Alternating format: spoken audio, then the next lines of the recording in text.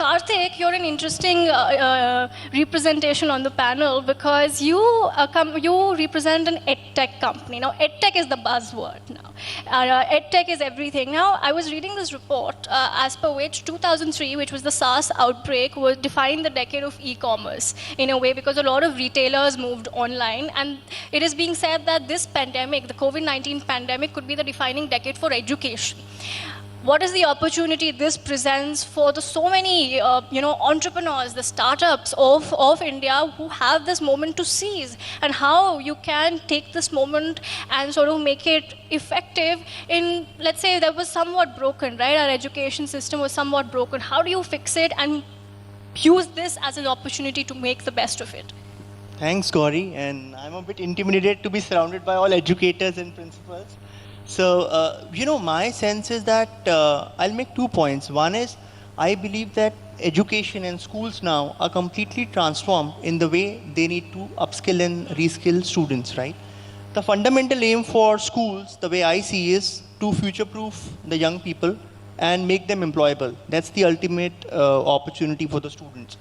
Now, with pandemic coming in, I'm really impressed by the way teachers have stepped up to the game, and they are using all these open source technologies, and they have really professionalized their way of delivery in learning.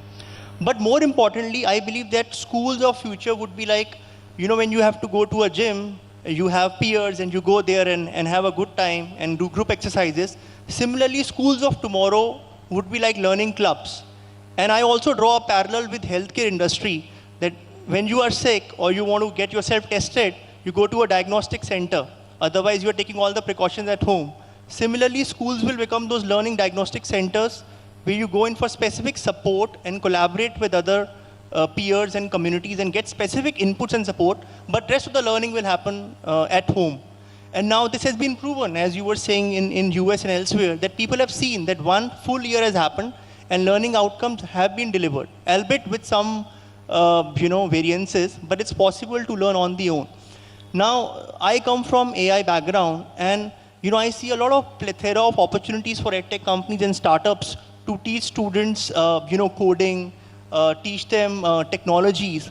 But the way I see it, most of these students, by the time they will graduate, which is next 10 to 15 years, coding will become, in my view, almost redundant. It will be the blue-collar job of the future, because there are a host of low-code and no-code tools available.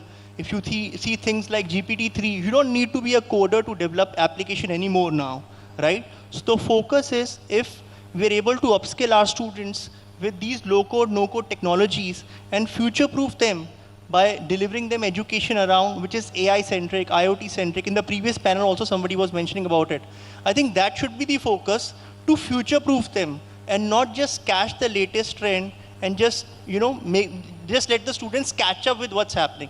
We should think 5-10 years ahead, and that's something which I really see missing in the current education ecosystem, that we're just trying to catch up, but we're not thinking that when these students graduate, will they really be relevant?